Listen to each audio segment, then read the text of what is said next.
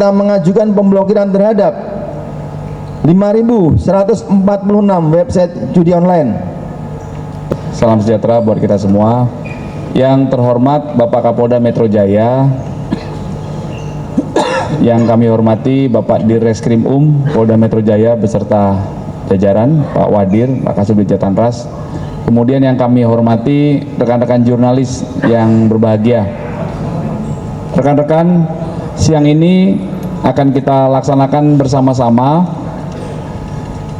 konferensi pers atau press release pengungkapan kasus perjudian online yang kurang lebih 2 bulan terakhir ya, pengungkapan dan pengembangannya dilakukan terus-menerus oleh Subdit Jatanras Ditreskrim Polda Metro Jaya, yang beberapa tersangka yang telah diamankan diduga adalah oknum dari Kementerian Komdiji.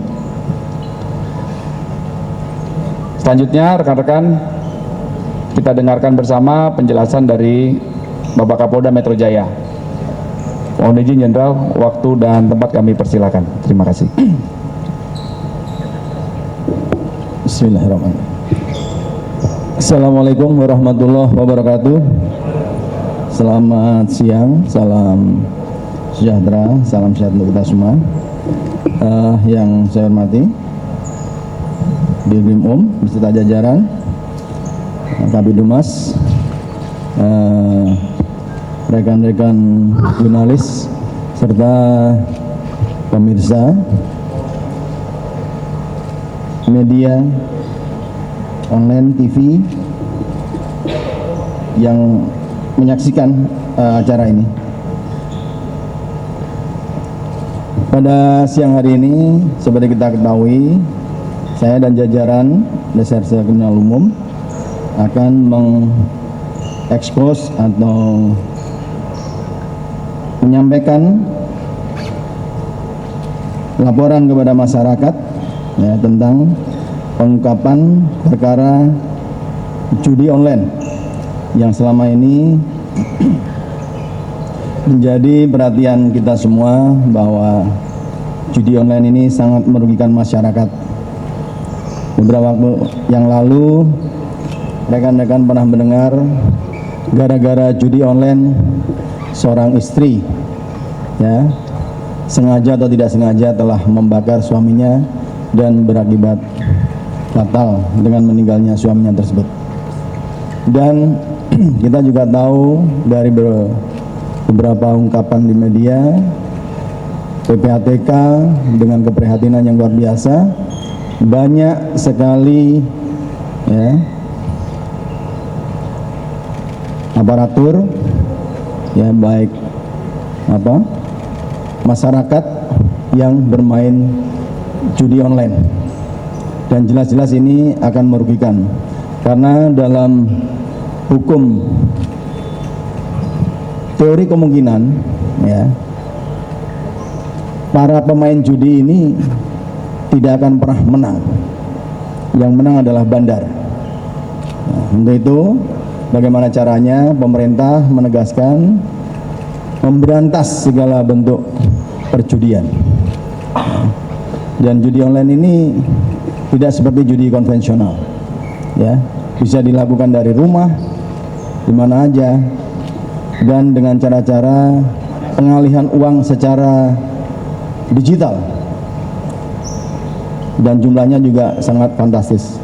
Andai kata judi ini bisa kita berantas sampai dengan zero, kita yakin uang-uang yang mengalir pada bandar-bandar judi ini bisa bermanfaat dalam kehidupan yang baik.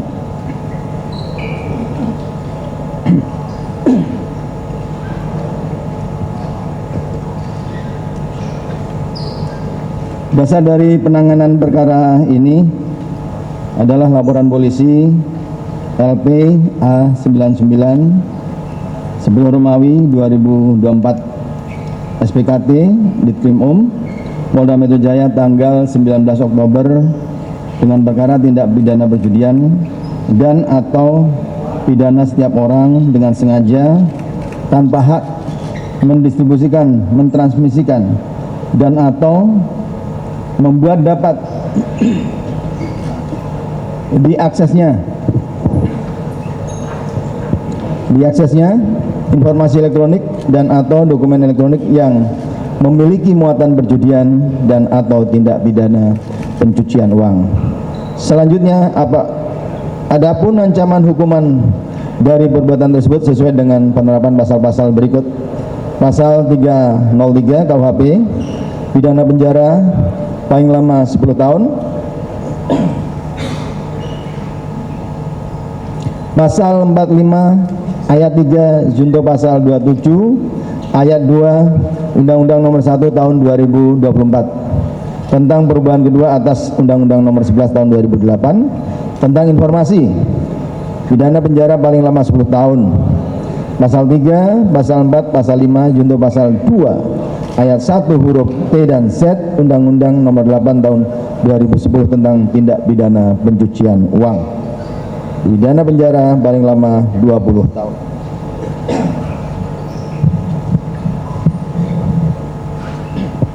Kronologi singkat pengungkapan kasus ini yaitu berawal dari patroli cyber yang dilakukan oleh anggota Subdit Jatahnas Direktorat Reserse Kriminal Umum. Kemudian ditemukan website yang diduga menyelenggarakan perjudian online dengan nama website Sultan Menang yang menawarkan berbagai jenis permainan perjudian seperti sport, slot, kasino, virtual sport, fishing, lotre, dan adu ayam.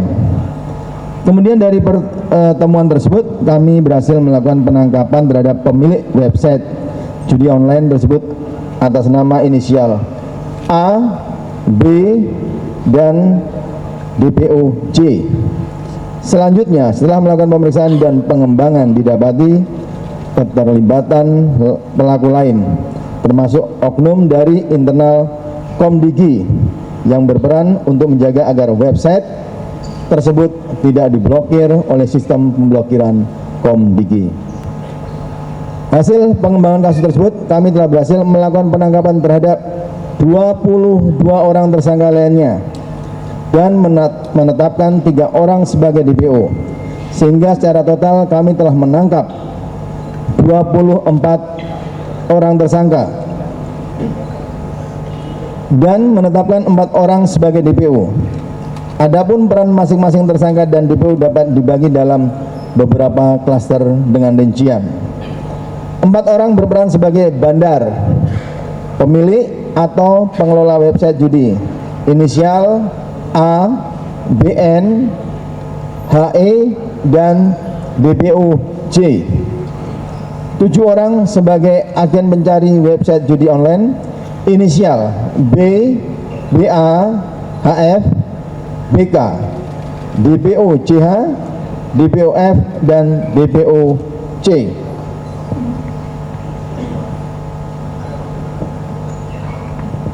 Tiga orang berperan mengepul list website judi online dan menampung uang setoran dari agen, inisial A alias M, MN, dan DM. 2 orang berperan memverifikasi website judi online agar tidak terblokir, inisial AK dan AC. 9 orang oknum pegawai Komdigi yang berperan mencari, mengcrawling website judi online dan melakukan pemblokiran, inisial DI, FD, SA, YR, YP, RP, AP, dan RD. 2 orang berperan dalam melakukan TPPU, inisial D dan E. 1 orang berperan merekrut dan mengkoordinir para tersangka, khususnya tersangka inisial A alias M, AK, dan AJ, sehingga mereka memiliki kewenangan menjaga dan melakukan pemblokiran website judi inisial T. Dari para tersangka kami berhasil menyita berbagai barang bukti, baik uang tunai maupun aset dengan nilai total 167.886.327.900 rupiah dengan rincian sebagai berikut: uang tunai senilai 76.749.749 rupiah dari berbagai mata uang dengan rincian sebagai berikut: 38.408.402.000 rupiah,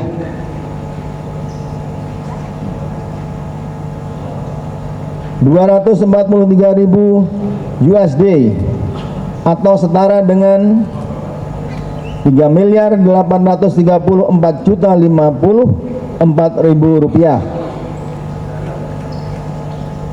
2.959.698 Singapura dolar atau setara dengan 34.194.588 rupiah.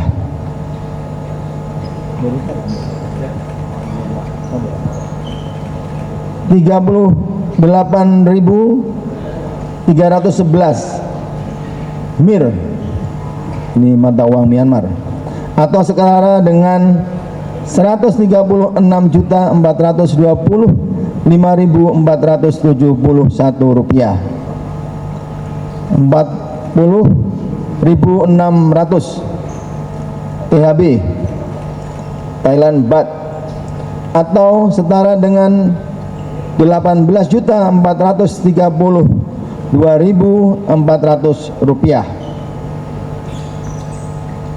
55 KR atau setara dengan 238.700 rupiah. Saldo pada rekening maupun e-commerce yang diblokir senilai 29.863.895.007 rupiah. Jumlah ini akan terus bertambah karena masih ada bank-bank yang masih melakukan proses penghitungan. Berikut 63 buah perhiasan senilai 2.155.185.000 rupiah, 13 buah barang mewah senilai 315 juta rupiah,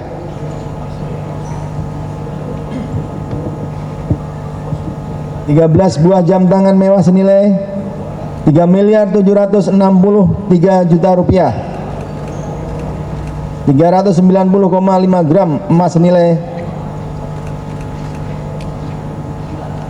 5.857.500.000 rupiah, 26 unit mobil dan 3 unit motor senilai 22.930 juta rupiah, 22 lukisan senilai 192 juta rupiah, 11 unit tanah dan bangunan senilai 25.830 juta rupiah, barang elektronik berupa 70 handphone, 9 tablet, 25 laptop dan 10 PC, 3 pucuk senjata api dan 250 butir peluru.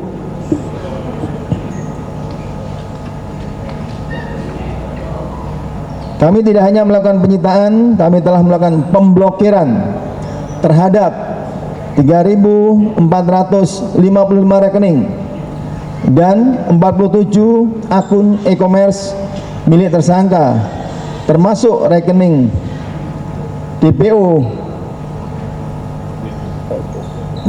termasuk rekening depo website judi online, serta mengajukan pemblokiran terhadap 5.146 website judi online.